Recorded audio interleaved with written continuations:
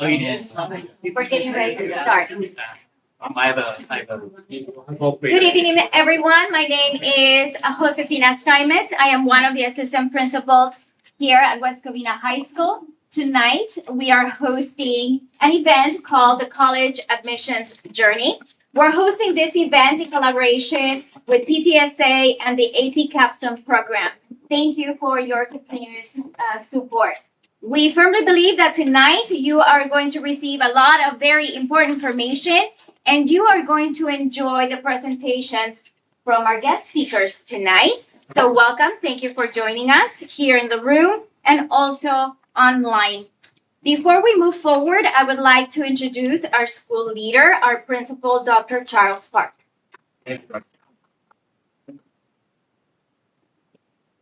All right, so this is my opportunity to do a quick welcome speech. I want to welcome all of you to West Covina High School and to those who are streaming online. Is that correct? And I believe we have just around 25 or so logging in. So today is a historic night because we've never streamed an event like this. And I'll just be honest, we haven't streamed using YouTube Studio. So this is a learning activity for us. At the same time, we're merging two events together.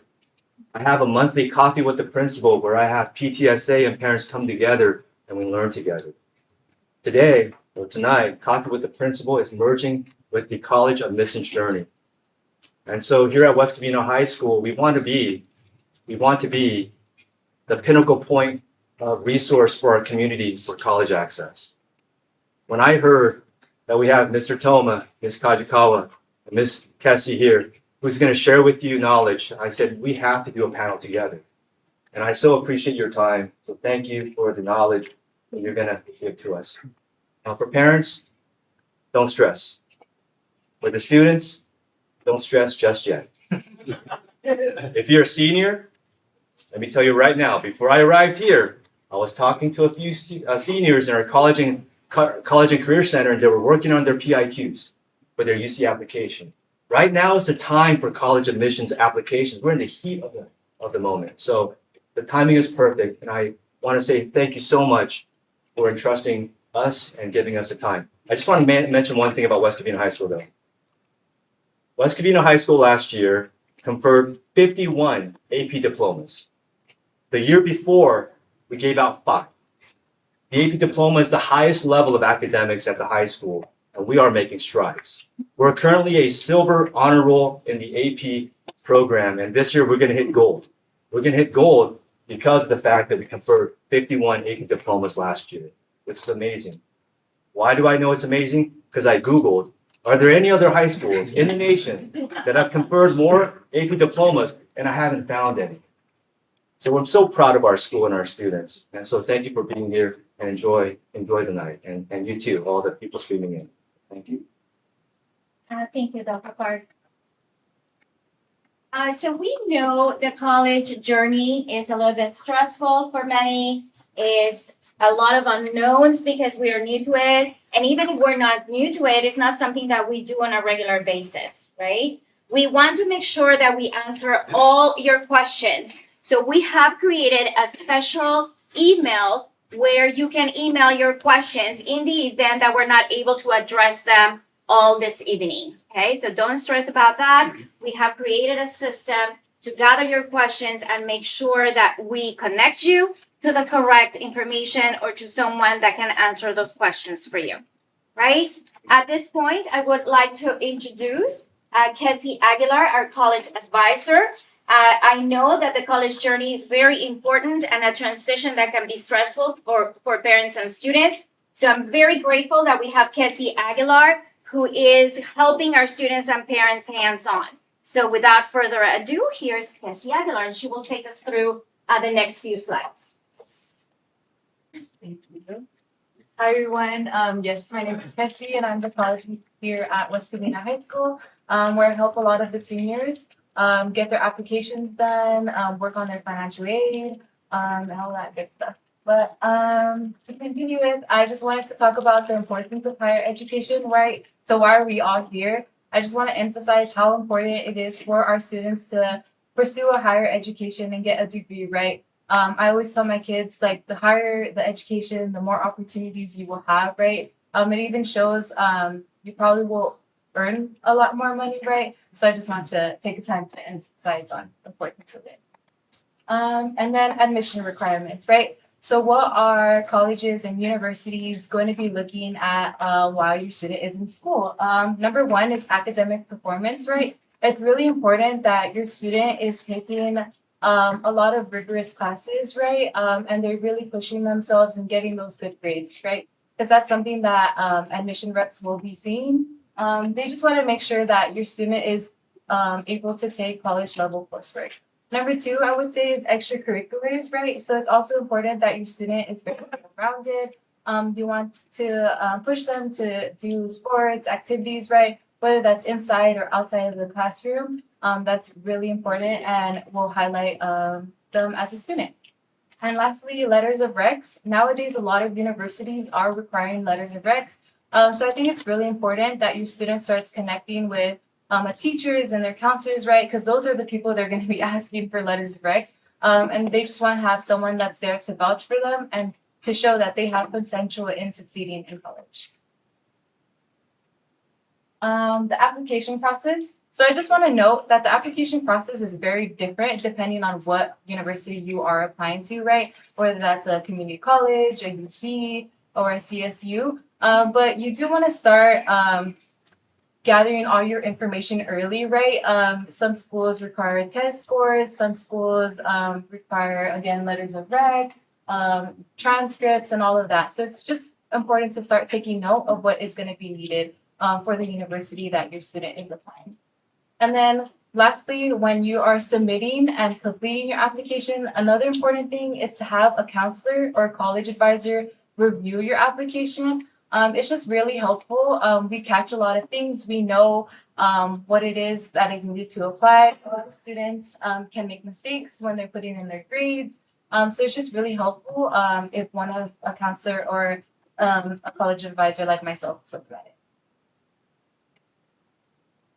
And lastly, I just wanted to talk a little bit about financial aid and scholarships. I think another thing that's very daunting about college apps is, well, once I get accepted, how am I going to pay for the school, right? But it's just important to know that there are a lot of resources out there to help your student and yourself to make college affordable. Number one, I would always say is always fill out your financial aid, right? Whether that's FAFSA or CADA, that is really important. Some parents think, well, I make a lot of money, right? I don't need to fill out financial aid, but it's always important to do it because I've heard a lot of admissions reps say, oh, parents tell me all that that they make too much money, right? But then they fill it out and then they're awarded some grants or scholarships or institutional aid. So it's really important that we always try to get a financial aid done.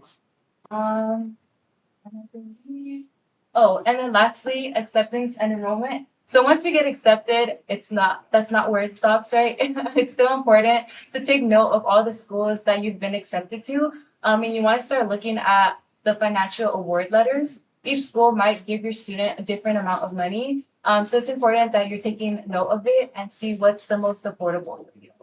And then after that, that's usually when like enrollment and registration begins. So again, you also want to start taking note of when your student's enrollment is and when registration is so that they can continue to attend that school. Yeah.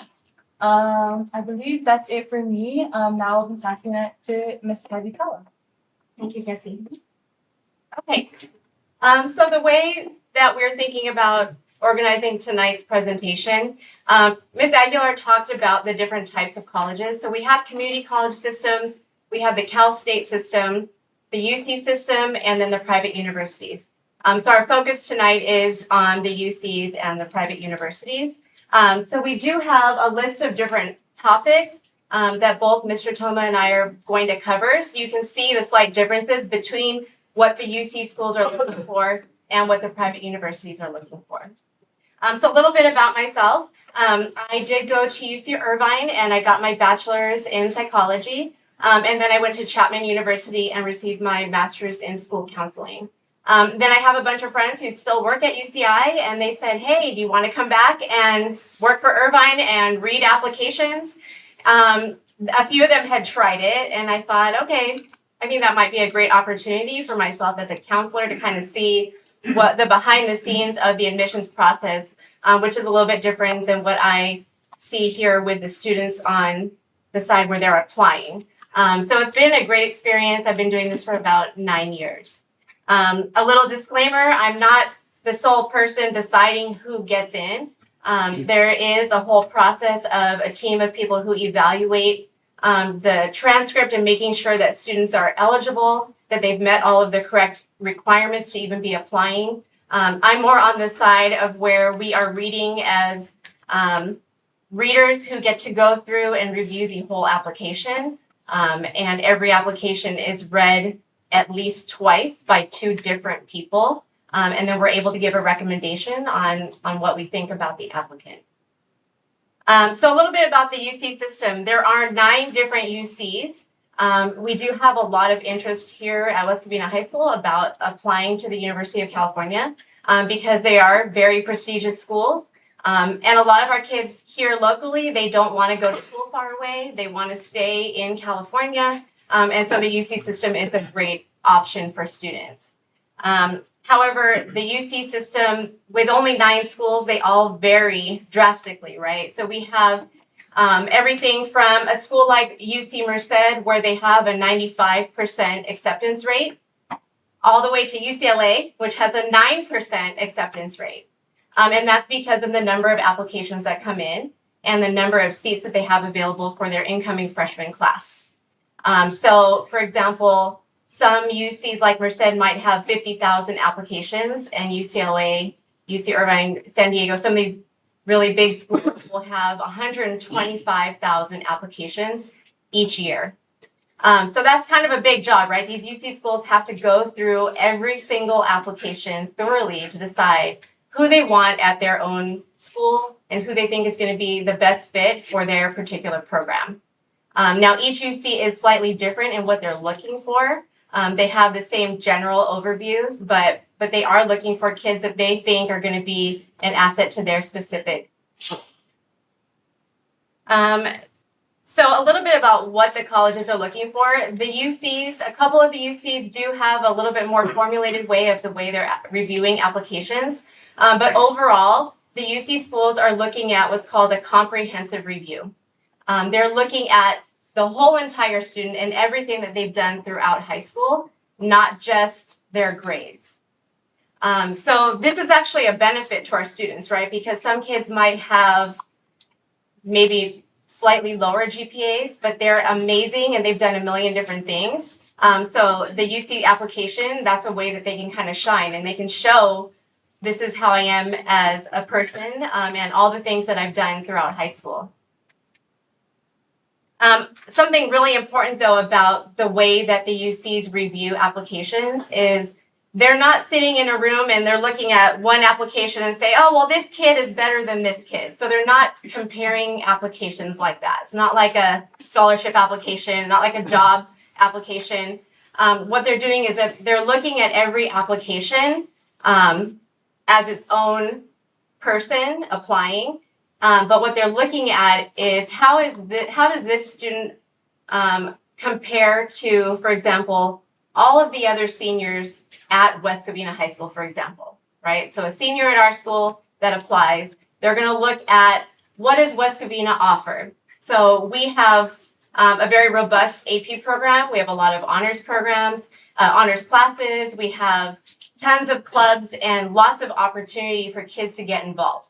So that can either hurt or help you, right? So if you have a school like ours, for example, and you don't take advantage of all those opportunities, that is something that they're looking at. Well, they offer lots of AP classes. Why didn't they take them, right? Or they have lots of clubs on campus. I don't see any extracurriculars here. So that is kind of how they're looking at the context. Of course, academic preparation is the number one because that's their starting point, is making sure that you guys are taking rigorous classes, that you're challenging yourself, that your grades are increasing every year, that you're not taking an easy senior year, for example. They want to see an upward trajectory.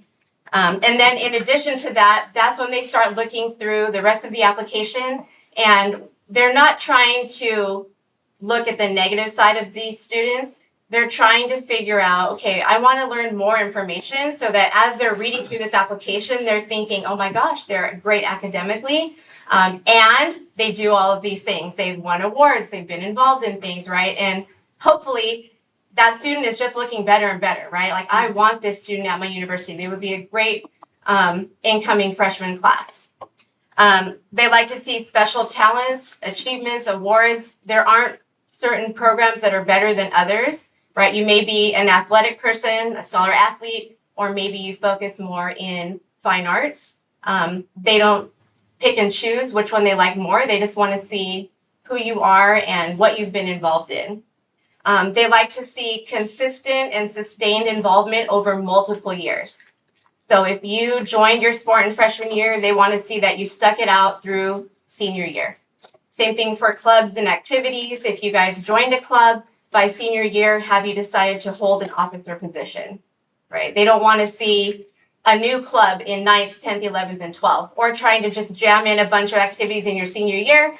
That way they know, well, we don't know if you guys were actually committed to these programs. You just wanted to fill up your college application, right? They want to see that you're actually passionate about all the programs that you guys are involved in. They are also looking at the context of your family background. They look at your family size, the family income. Are you first generation college student? And they're looking at, again, kind of the home life in addition to the opportunity that you were provided at your school, right? So there are a lot of different things that they're looking at to kind of figure out whether you're going to be a good fit at the UC. The actual application, of course, they're going to see the transcript with the GPA. They are going to look through about 20 different activities or awards that you're allowed to list. And that's kind of where you need to put in as much information as possible about all the things that you've been involved in. And again, they're focusing on what did you do in high school. Now, some students might have done a sport, for example, since they were little, and they've continued and they've also joined at the high school level. That looks great as well, right? They can see, wow, they are committed. They have done this program their entire life. So things like that look good. They want to see about any kind of awards that you might have won, whether it's a school award, if it's a state award or national. Of course, things on a bigger scale like that are a little bit more prestigious, right? We do have something called the personal insight questions. So it's not one essay, it's 4 short answers, and we treat those like an interview on paper. So we can go through the whole transcript, but honestly, most students that apply to the UCs, they're all good students, right? They all have a great transcript. They all have lots of activities. So your PIQs, that's one section where we can kind of see the human side and hopefully get to see a little bit about who you are as a person. We're hoping that your personality comes through in these PIQs. It doesn't need to be a flowery, well-written English essay. It should be full of I statements. It should be talking about themselves and just be very honest and open. And hopefully we can kind of figure out who you are as a person, what your passions are, what your interests are. And, you know, to me, that's my favorite part of reading the application, because that's where I can kind of get an idea of, oh, wow, this is an amazing student. And I feel like I really love this student. I think they should be, you know, at our university. We just want to hear about your hopes, your dreams, and your aspirations that come through on those. We don't have any specific questions that we weight heavier than the other. There are 8 that they can choose from, but they just have to pick 4 that can best represent who they are and can show different sides of their personality. We don't use any standardized testing. So I know in the past, you guys probably remember SATs and ACTs, but we no longer use those at all. Okay, so there is nowhere on the application that you can put in your SAT or your ACT score. The only test scores that we are looking at would be AP, IB exams, for example. So my role as a reader, I have to read 750 approximately per year. And so that's a lot to read.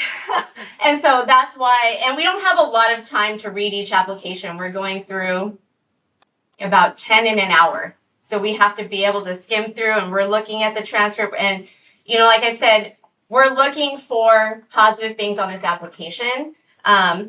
Nothing on the application is going to hurt you. If you take an AP class and you don't do well on your AP exam score, we still want you to report that.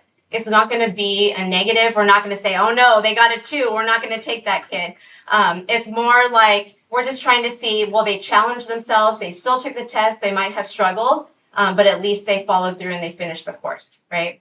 If they do well, it could be value added to your application. So if you're like a STEM major, we want to see a lot of math and science classes. We want to see strong test scores that are supporting that you are good in these areas. If you want to go into engineering, right, they want to see the calculus, they want to see the physics, things like that to really show that that's going to be your major. Like I said, we do read every application. Every application gets read twice. So, for example, I would read it and evaluate it. Another reader would evaluate. And if we have very differing opinions, it goes to a third reader. So there's a lot of time and thought that goes into your applications. So I guess I know a big question for parents is what makes a student stand out? How do I get my kid to be the one that the VC wants to take, right? And I think it's very similar for a lot of these prestigious types of schools. Like I said, academics, you have to have strong academics. That's just a given. But again, we're just trying to look for added value. So going above and beyond what the average high school student is doing. That's really what your more prestigious schools are wanting to see. If you already know what field you want to go into or what major you want, then it looks great on your application if you've done multiple activities that are in that field. So for example, if you want to be an engineer and you've learned programs online, you don't have to pay for things. So I've read applications where kids have gone and they've taught themselves from a YouTube video how to do coding. They've researched AI. They have gone out and done an internship, right? They're doing things, they're just kind of building their own personal resume to kind of show, wow, they're really passionate in this field. They've gone out and done all these things to further their knowledge in that subject area. If you want to go into the medical field, it's going and seeking out an internship opportunity. It's volunteering at a hospital. It's joining Red Cross Club and HOSA and Sports Med and getting CPR certified, right? So again, now you're just showing, oh, I did these 10 things that kind of really show that this is why I want to major in this. This is why I want to go into this field. I mean, I feel like those are the types of applications that stand out as a reader where I'm feeling like, oh my gosh, like this student is serious. They go above and beyond. They persevere through whatever challenges they might have had. And it just shows that they are probably going to be a very successful student at the collegiate level.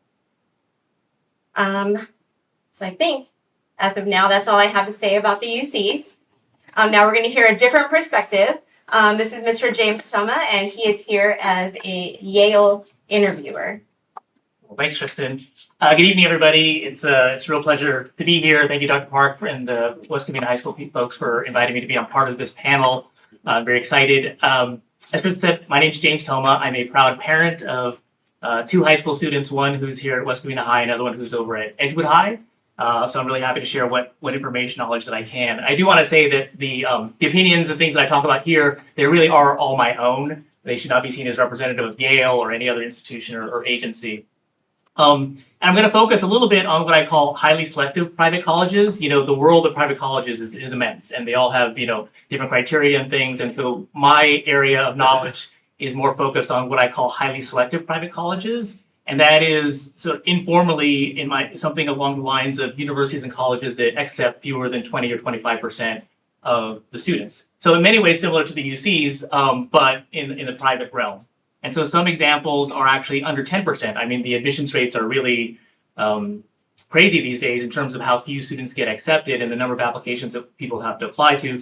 But some examples of the highly selective schools that are under 10% are, for example, the Ivy League colleges that everybody's heard about, Stanford, which is essentially an Ivy League college up in Northern California, MIT, Pomona College, which is part of the Claremont College system here, very close to us, which is a fabulous set of small liberal arts colleges, and then USC. So those are just some of the examples of the kinds of schools that I'm talking about, which share some common criteria and methods in terms of the admissions process. So the next point is why students might apply to these colleges. So the first thing is they often have very strong academic programs and access to faculty. So if you go to a small private liberal arts college, you might get access to seminars and access to the professors that you may not get at a larger university where you just have a ton of students and they're just limited in terms of the time that they have to share with you. Prestige and reputation, Ivy League schools are known throughout the world, and so that's obviously some status with respect to the school and what that's may say about you when you get out into the world afterwards. There's often a very strong feeling of college community and school spirit because many of these colleges encourage or sometimes require you to live on campus. So you're living with, you're eating, you're going to classes with a relatively small cohort perhaps of other students. It tends to build strong camaraderie and school spirit, which is not always replicated at larger universities. They often have global alumni networks, which again is very helpful once you get out into the job world, et cetera, in terms of like the alumni connections and contacts that you can make afterwards. They often offer research and internship opportunities because many of these colleges are well resourced, and so they have those kinds of opportunities. Some of the very prestigious schools have different kinds of grants that they can use to like retain students to do work for them.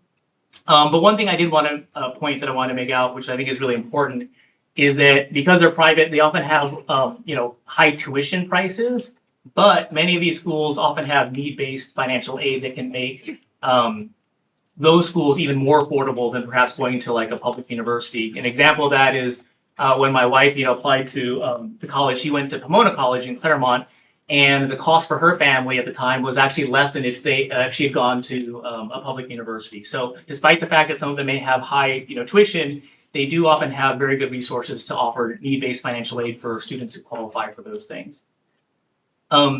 What are these colleges looking for? I mean, it's very similar to what Kristen already talked about in terms of the UCs. They often use a term called holistic admissions, which means holistic means the whole. So they're looking at like the entire student applicant. So it's not just a number, it's not just a GPA, it's not just a test score. They're really looking at the entire applicant, and they want to view those applicants holistically. So what does that mean? Well, part of that is for sure academic preparation. So strong grades in challenging coursework. Kristen talked about the fact that did you challenge yourself in terms of the context of what the school offers? I mean, we're very lucky here in the sense that West Covina High, as Dr. Park mentioned, has a whole host of different AP courses available, right? There's honors courses. At Edgewood, they have the IB program. So if you're at a school and you're getting 4.0 GPA, but then you look at the transcript and they are not challenging themselves in terms of like the most challenging courses, I think the schools are going to wonder why you didn't. And that goes into my second point, which is what colleges often look for, and that is intellectual curiosity. So that means more than just sort of doing what is needed in the particular class to get a very good grade. Yale, Harvard, these schools, they could fill their entire incoming class with 4.0 students. They could fill their entire class easily with near perfect SAT scores or perfect SAT scores. So what they want even more so is students who are going to be self-motivated, who have a love of learning, and who ask why. Because that's the kind of self-motivation that's going to carry you even beyond when you get out of class and when you get out of school in terms of the work world and other things that you might do. They want students who are passionate for those kinds of things, who ask why, and who demonstrate intellectual curiosity. Third thing, similar to the UC, is meaningful extracurricular involvement, right? Like, so they look for depth and commitment, like it is rather than sort of breadth and superficial involvement. So it is more impressive if you have like a smaller number of activities, whether they be sports, community service, etc. But you've done something meaningful there. You spent a lot of time. You've really improved that organization or done work to help your community, whether that's your school, whether that's your city, whether that's some other different kind of community, however you define that. And so that is like the important thing that they really look for. It does not mean that you had to be president for that organization. It does not mean that you had to have started a brand new club, but obviously anything that shows initiative and involvement and true personal commitment is going to be helpful along those lines. And then I'll mention also character and contribution, right? So when they're reviewing, the admissions office are reviewing your essays, they're looking at the letters of reference, they're looking at those kinds of things. They do actually look for character because they're trying to build a community on their campus, and they want a community of students who are of good character, like they care about the friends, they care about the community. They're not just looking at themselves. They're not just bragging about their achievements, but what have you done to make the lives of other people better? What have you done to add to the class community? Will this be a student who, when we come into our seminar in college, are going to enhance that class because they're going to be active participants in that class and make the class better for everybody else? So they also want to be proud of their alumni, right? If they come in and they go do good things afterwards, that's something that the colleges will be quite proud of. Like, oh, we want to claim this person as alumni of our institution. So character and then contribution, and you can define contribution in many different ways. Have you contributed to the classroom, environment? Have you contributed to the school in some way? And will you do those things in college? How likely are you to be an active participant in the college community? And some of that evidence is what you've done in high school up to that point. The application components, similar again to the UC's transcript, they want to look at GPA, course rigor, but in addition, they will often have, essays, and not just the Common App, which is the common application that a lot of private schools, accept, which has choices of different personal statements that you can make. But many of these colleges will also have very specific essays that you have to answer just for that college. So if you apply to Yale, there's going to be certain questions and essays that you have to answer just for Yale. If you apply to these other schools, there are going to be questions you have to answer just for those schools. So it can be quite time consuming. And so that's why preparation and planning ahead and not waiting as you get close to the deadline is very important. It's typical that you get letters of recommendation, usually 2 teachers and a counselor. And those are incredibly important because they will often substantiate, what your transcript says, and they'll give insight to the admissions office in terms of what kind of person you are too. So obviously you want to think very carefully about the persons that you ask for letters of reference. And that does not mean that just because you got an A+ in a particular class, that is the teacher that you most need to get a letter of reference from, because that teacher may not know you as well as a teacher who you did not do as well, but where you really showed a lot of character by being challenged and either improvement or growth in some way. So the thought process for who you get letters of reference to it should be a very careful one and carefully considered. They'll often ask for a list of your activities. Standardized testing, unlike the UCs and CSUs, many private schools either have optional testing or in more and more cases, some sort of requirement. So that could be the SAT, the ACT, or some combination of like AP, IB plus one of those other things. It seems like there's a little bit more of a trend now post-COVID to go back to requiring various scores. I know some schools very high profile schools have gone back to requiring those scores, and obviously preparation for those tests is very important if you want to do well. And then the part that I come in with the interviews, not every college requires an interview. Colleges like Yale do offer them to many students, but not every student is invited to do an interview. Yale prioritizes interviews for students for whom the admissions committee needs more information, but there's no penalty for not having done an interview. But if you are invited to interview, they strongly recommend that student accept that interview. So what happens is I will, as one of the many alumni interviewers for Yale, I will get an email from Yale saying, here's a student in your local area.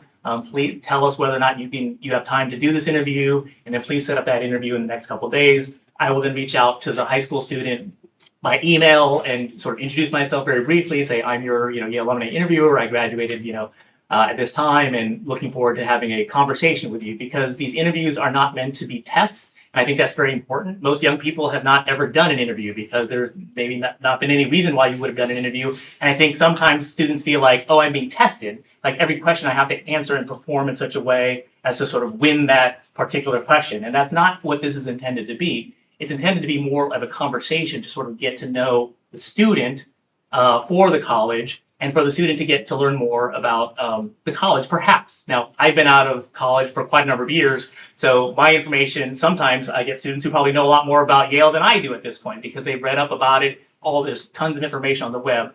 But that's an important thing to point out, is that it should be more like a conversation, not like a formal job interview. So I will set that up at like a cafe, public place, like a Panera, Starbucks, a Tiramia. And then it's really a chance to find out more about you, like the student, like what motivates you, what drives you, what are your passions, why are you interested in college, what do you hope to get out of college, those kinds of things. And then a chance to ask questions about the college also. I will often ask very standard questions of like, why are you applying to Yale? Tell me about a class that you've really enjoyed. if a student has shown an interest in a particular area, like for sciences, sometimes I'll ask questions like, well, tell me about a non-science class that really challenged you and that you felt like you grew from, things like that, to try and get a chance to understand your personality and what really motivates you and what you might be looking to do in college. And then after that time period, again, it's usually about 30 to 45 minutes. I'll go back and submit like a written report to the university where I just have general impressions of the student. I'll talk about their academics and intellectual curiosity, and then their community engagement and extracurriculars. And so it's important that that you be yourself, but that you also, come prepared. And I'm happy to answer any of the questions about that if people have questions about interviews afterwards. And the last thing I want to just talk about what makes a student stand out. Again, similar to I think to what Kristen talked about in terms of standout candidates. But one thing I think is important to say that you do not have to be perfect. When you apply to these these colleges, they often look for authenticity and some sense of purpose. They really want to get to know you as a student, like as a person, as part of the holistic admissions process.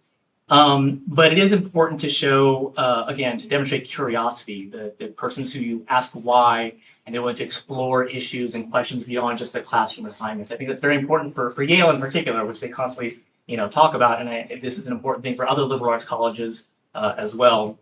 Again, showing initiative. So you did not have to be, an officer or president of the university, but that you did something, that you were willing to go above and beyond, whether you led or started a group or activity, or whether you helped someone in some capacity. And they look for people who are, reflective, that there's a chance to show reflection in your essays and the interview.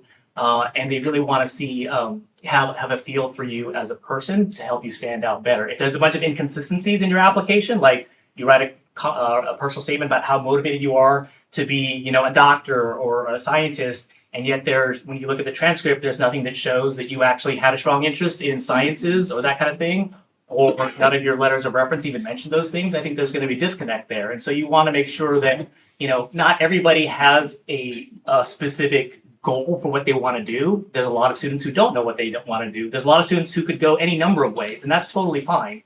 But just you want the school to have a sense of who you are as a person, what you're like. And it's totally fine to be interested, involved in different things and not just have like a single-minded focus. I know these days there's a lot of talk about I have to have like a specialization. When I applied to college, it was more like well-rounded candidates. I think that was emphasized. Like, is this person well-rounded? These days, it seems to be more like, do they want to know what they want to do? Not do they know what they want to do, but there seems to be an emphasis on showing like, this is my thing, or this is my commitment. And that may be true for some students, but it's not always true for every student. But it is important to tell your story clearly and persuasively. So take advantage of those essay prompts to really sort of think really deeply about what you want to say about yourself and how you want to portray yourself to the college that you're applying to, what motivates you, what you want to learn, who you are, that kind of thing. And I think that's it. And I'm happy to answer any questions that you might have as well. It's okay to apply.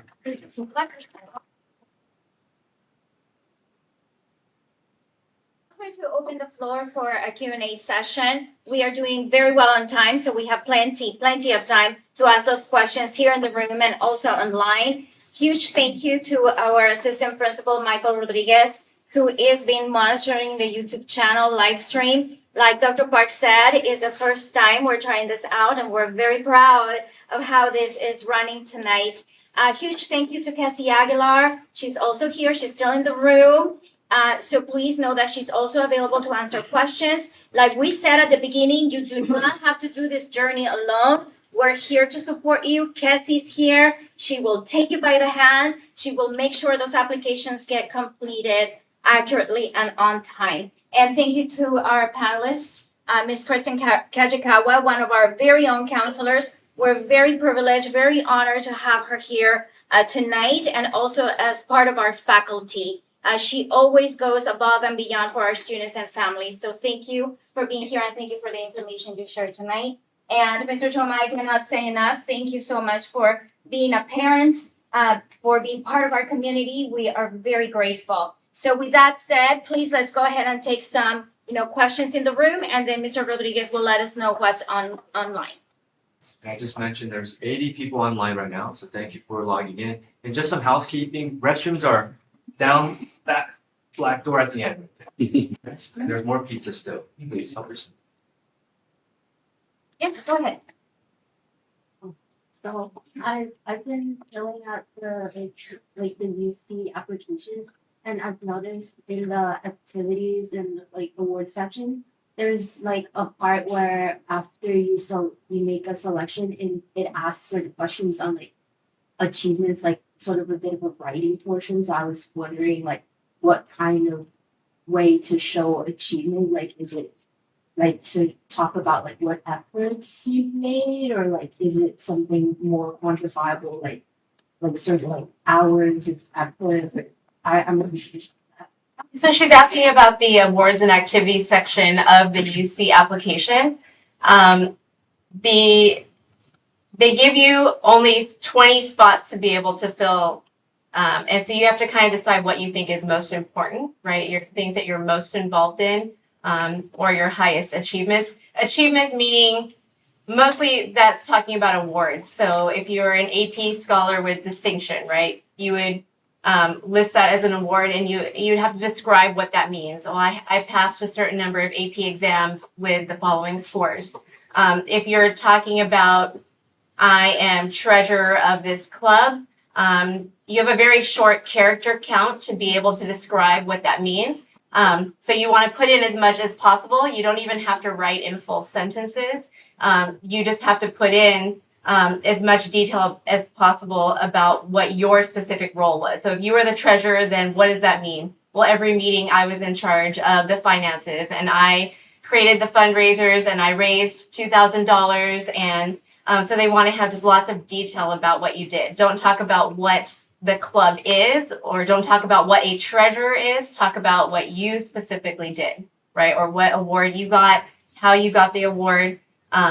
If you list an award, you have to talk about, well, how many applicants were there, right? They want to be able to determine, was this a classroom award? Like a teacher said, oh, I think you're the top dog in my classroom, because that would be weighted differently than getting a school award or a district award, right? So they kind of want to see the level of, involvement in.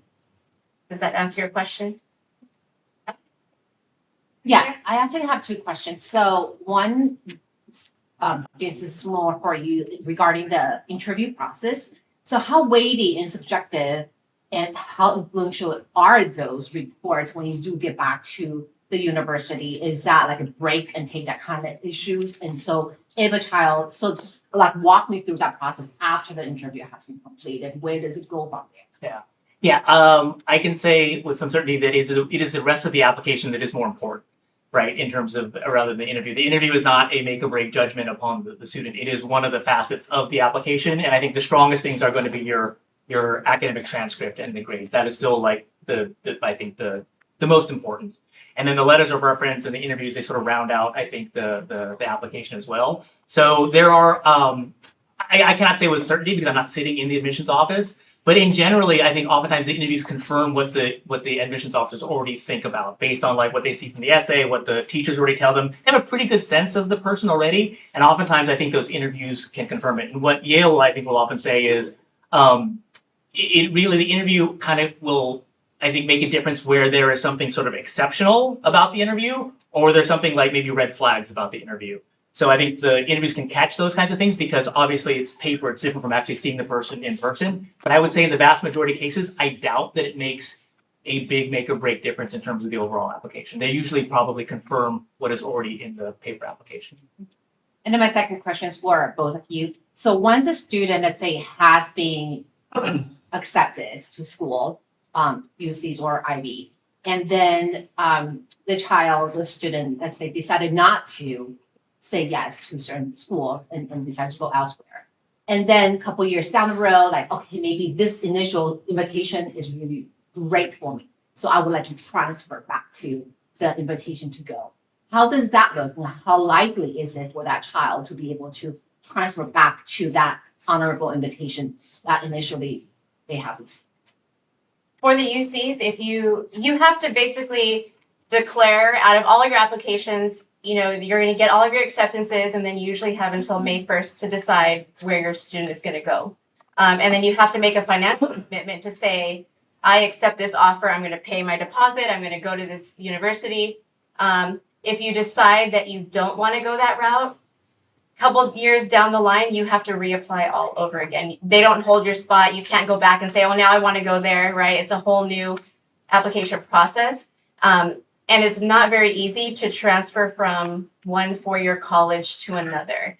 The priority is really going to go for students who are transferring from community to go to a four-year because they don't have anywhere else to go. They need the next step, so they have a bunch of spots saved for transfer students. And they also would be looking at, well, what classes did you take? What's transferable to our school?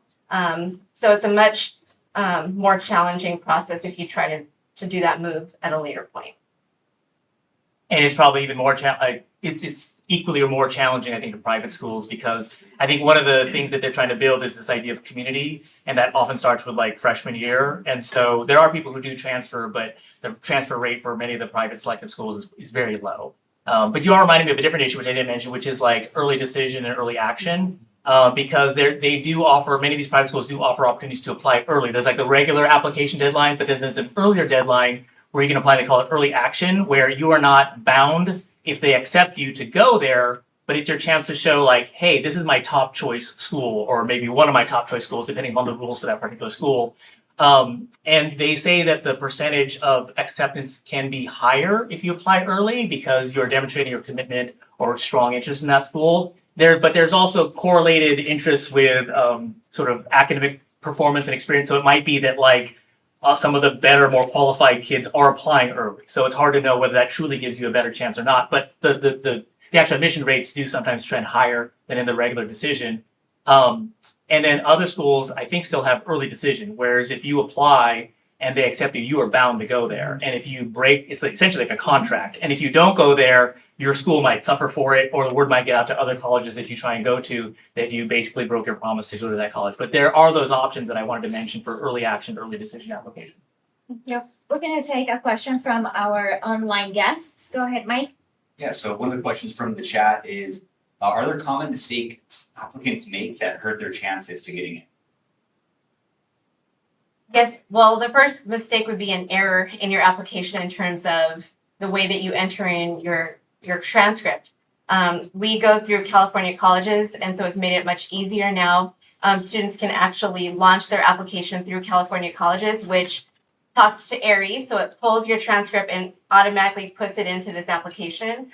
But sometimes there are glitches, sometimes it doesn't work, and students will just go through and type it in on their own.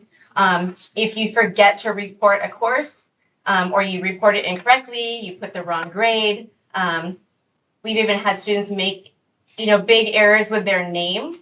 For example, a student might have two first names or a hyphenated last name, and they go with a certain way of using their name here at high school and what's on their high school transcript, and then they fill out their application, which might be slightly different. Then they fill out their financial aid application, which is slightly different. Then they think that these are different people. They aren't able to match applications and final transcripts. That could cause a big problem, right? So if there are errors on the application, at some universities that could jeopardize your whole chance of getting in. You figure out of 125 applications, they may or may not allow you that chance to fix something because they might have had over 100,000 that didn't have an error. So that's why we stress to make sure you guys come in and get your applications checked by a counselor or a college advisor before you actually hit submit.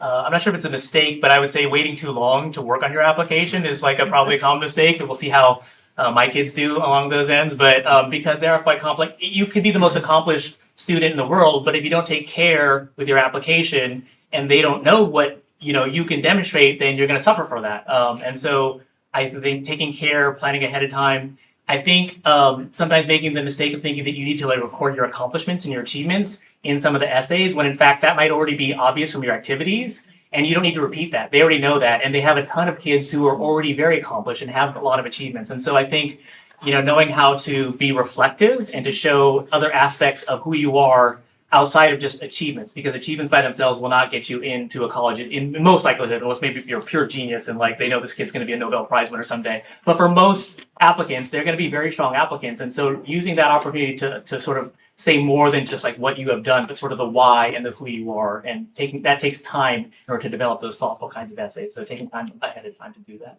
Thank you. I also want to stress something that Cassie Aguilar said at the beginning, right?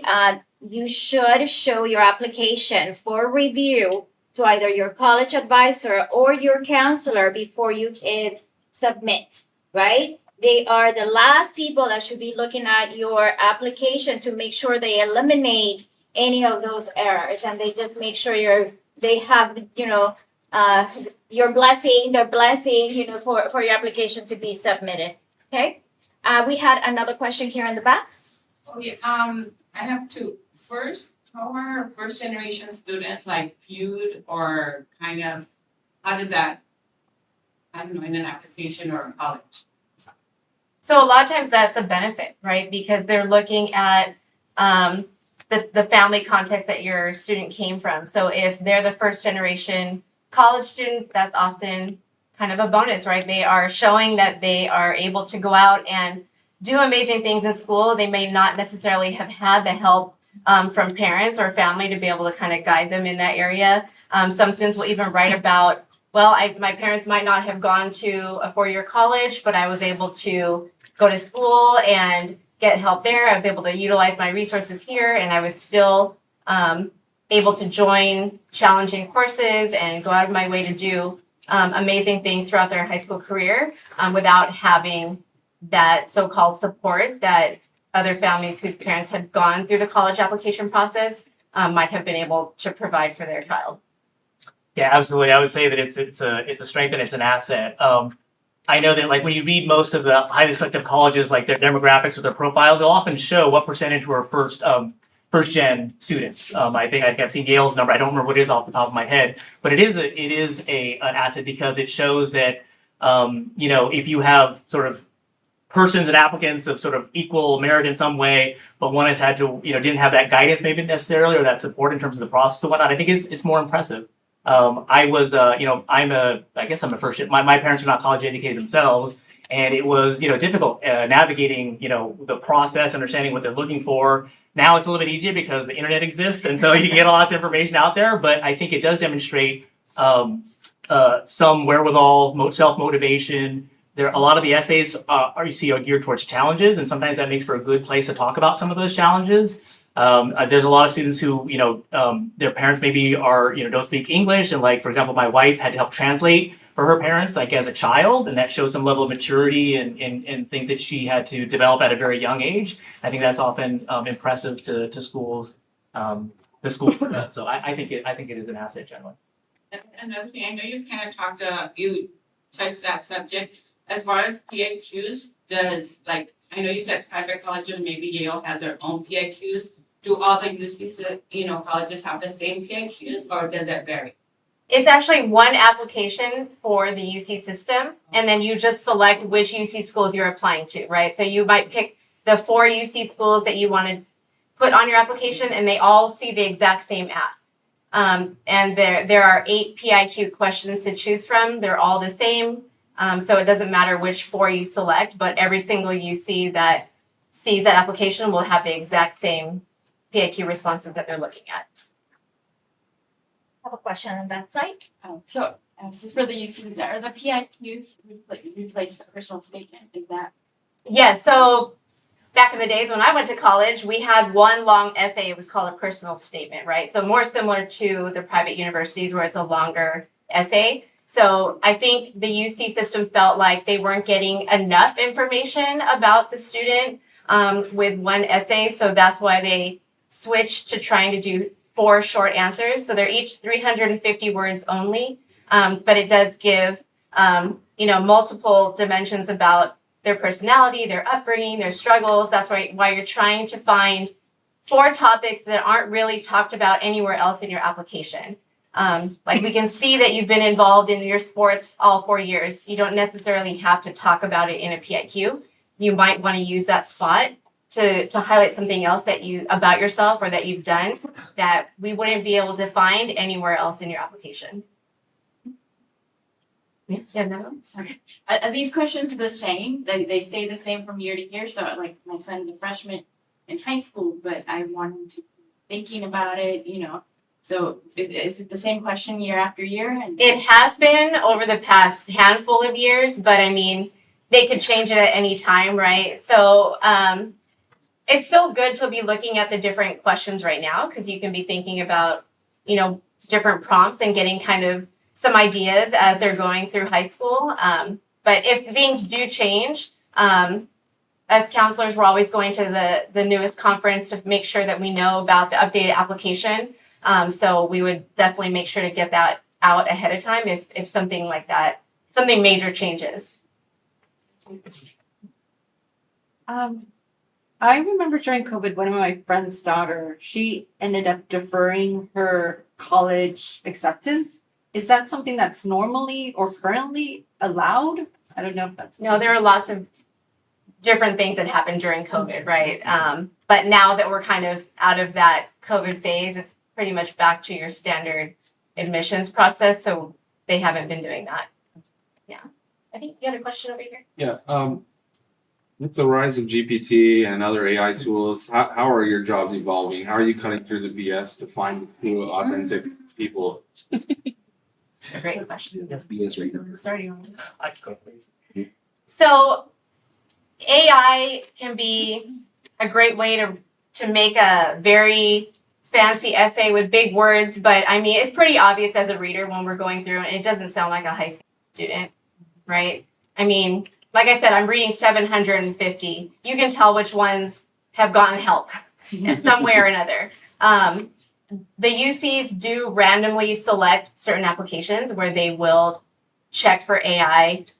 They might even call the school and do a check, like kind of like a reference check to see, did your student actually participate in these clubs? So that could happen. I mean, but I think the bigger issue is that we want to find out who you are as a student. And so kind of like what Mr. Thomas said about an interview, if I were to call the student in and ask them the question, what is your greatest talent or skill, which is one of the questions. I would just want to be able to hear what comes off the top of their head, right? And what they're passionate about, how they have been playing piano for their whole life and they love it, right? So it doesn't have to be anything that's a well-written piece of work. We are not dinging the students on grammar. We're not checking for spelling errors. We're not looking at it saying, I don't know, I didn't like their word choice or the way that they, did a paragraph or not a paragraph. Honestly, as we're reading that many applications, we want to be able to go through and read it quickly and understand what they're saying, make sure they've actually answered the prompt, and that I'm learning something about who they are, right? And you can tell if it's authentic or not. I don't really have anything to add. I mean, I teach a class at the law school, and I've seen an essay where I was like, okay, that's obviously AI, and so I think it's true. You want to come off, you want to be authentic, and you can kind of tell what. But I'm not in the admissions office. I can't tell you what tools they're using to detect those kinds of things. So, a related question though, how would you urge or caution parents against trying to help your students overly polish their own statements? We want to help. We want to make sure it's perfect, but if that's actually hurting because you're seeing that there's a lack of authenticity there, how do you balance that? Yeah, I mean, I think my advice would be you definitely want the parents to look at it or a trusted person to look at it for sure and to get feedback that way. You don't want to write it for them. Okay. But feedback is certainly, I think, an important thing to give to students for their essays. I think what's helpful is looking at it from an outside perspective. Now, as a parent, it's a little bit different, right? You already know your child. So you might think, well, this is great. You're giving a lot of information about yourself, but you might want to have a complete stranger read it. And then do they feel like they know your child any better? So if I read it and I'm like, well, this is a fantastic written PIQ, but I still don't know who you are. I didn't learn anything about your child other than that they can write very well, right? So that's the hardest part because I feel like English class is teaching something very different than what the PIQs are asking for. What they are writing in AP English is something that is very well written and does have nice language and big words, right? But for this, we are not looking for that. So it's I think that's the hard part of breaking out of that mentality of what you've been taught on how to write. And again, we're just going back to We want as much information about you as a student as possible. Does that make sense? We have one more question from the live stream, so we're going to go to live stream again. And then we have one more question here with our gentleman here in the front. Remember that now West Covina High School has a channel on YouTube. So the presentation will live right there, and you can go back and look at the presentation. And we are also going to be sharing a link with you, which is an email where you can send all additional questions that might come up later as you're thinking or reflecting about today's presentation. Go ahead, Mike. Yeah, so this question is that how do colleges view students who partake in dual enrollment programs versus AP or IB courses? So remember that the colleges want to see that you are challenging yourself and taking rigorous courses, right? So AP, IB, and dual enrollment, those are technically all college level classes. They're all viewed as very challenging. They like all of it. So they don't feel that one particular program is better than the other, but they do want you to be taking classes that you have interest in, that you're going to do well in. So I just feel like one tip would be you don't necessarily need your child to take every single AP class that we offer. Maybe they need to focus on the subjects that they're better in.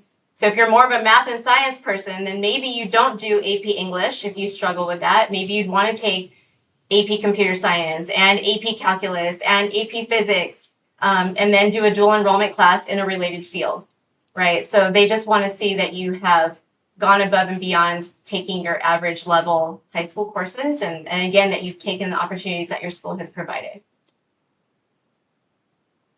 I don't have anything to add to that. It's great. Hey, go ahead. Sure. Couple questions. This is just for the UC. The first question is for the UC. Is there a plan to bring back standardized testing like the SATs or ACTs that you're aware of? As of now, we haven't been told that they're going in that route, but it could change overnight, right? So at this point, I would focus more on the exams, the AP exams, for example, IB exams. And then, do you know what, this question is for both of you. We went through this process once with our daughter, but do you know if there's at least a soft quota by particularly the more competitive UCs, and then obviously the private schools, for how many students they take from each school? Notice I said soft quota, not a hard quota. Like, okay, for this particular school, based upon demographics, based upon student population, you know, our default is taking one or two. Oh, a quota based on high school? Yeah, based on high school, yeah, like number of students. I mean, I've never heard that. I do know that like the college, they do like geographic diversity, Yeah. right? And so they want kids from, I think almost every year they get like, gets like kids from all 50 states or whatever. So that is important to them. But in terms of an actual high school quota, I've not heard that. I've heard mixed things. Yeah. And then, But the last question is, to what extent, and one caution, and we found this out last year too, the one who asked the question about the PIQs. Some schools like UCLA, if you want to apply to their engineering department, it's a separate essay. Yeah, so, and and I do echo what you were saying. It is best to get your kids to start doing these as early as possible, because if they are interested in something and there is a separate process, like you can find out too late. How different is the admission process like a school of engineering versus just regular arts and sciences? I don't know. So each UC has some programs that are much more competitive than others. So for example, nursing across the board, every college pretty much, nursing is impacted. So they have higher standards than what you would for your average major. They have extra application processes, right? So you have extra essays, some of them require extra letters of recommendation, other requirements in terms of what classes that you've taken in high school. Engineering is also another big one like that. So that's where you guys do have to be putting in your research and reading up about what are the more competitive programs at each of these colleges. Now the UC schools, you are allowed to put down 2 majors when you apply, your main first choice major and an alternate. And so what a lot of the UCs have found are that students are applying to the same 10 majors because our kids only know of biology, psychology, business, nursing, right, engineering. It's a lot of these more generic, big name majors, but it's very impacted because there's so many kids applying for those same ones. So some of it is being strategic, right? If you want to go into the medical field, it doesn't have to be biology. It could be biochemistry. It could be, there's just, hundreds of different varying majors within a school.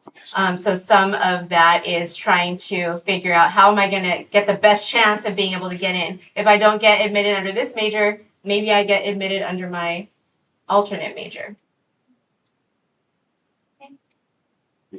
So, may I? Yeah, Yeah, so we have 93 people online. So that's pretty impressive. And at this time, we want to close by thanking our guests. We have a gift for you guys, so allow me. Oh, yeah.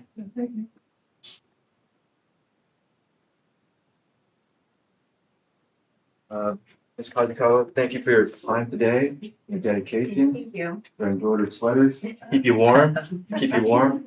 Thank you. Toma, thank you so much for your time today. And don't worry, that's not the end of our gifts. We have raffle prizes, okay? So our PTSA, I want to introduce Nicole. She's our PTSA president. She's going to help raffle off some prizes. So you guys have a little raffle ticket here. We're going to give out some prizes. Yeah, they're right here. And I must say, we've been giving out some good raffle prizes, but these are really good. And also, as we conclude tonight, I want you to know that this is an ongoing conversation. Like Dr. Steinman said, please email the questions to us and we'll make sure to get back to you. All right. We're ready. So please join PTSA if you haven't already. If you're a Bulldog. If you're not a Bulldog, you can still join our PTSA. Yeah. Go ahead. Let's read off a number. This is for the hat. Cool baseball hat. Even I don't have one of these. Oh, right. So the number is 2378378. Anybody? Oh. She has a really small. This one. Well, you want the next one? You can choose. Okay, go ahead. The next one. Next one.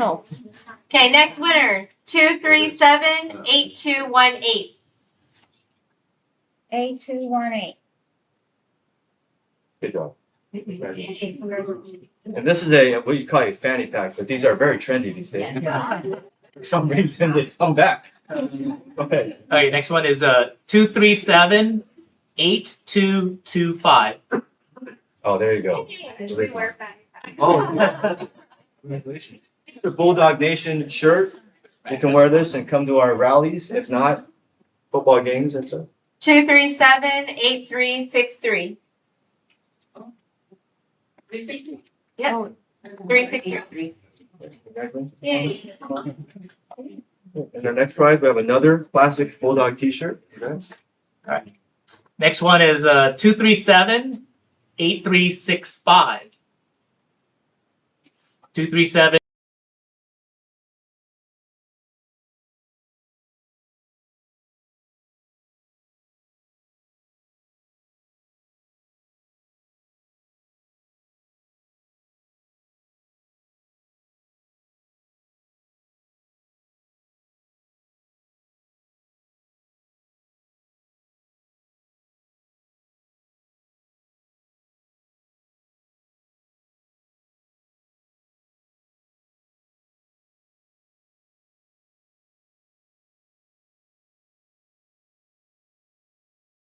So thank you. Stick around if you like.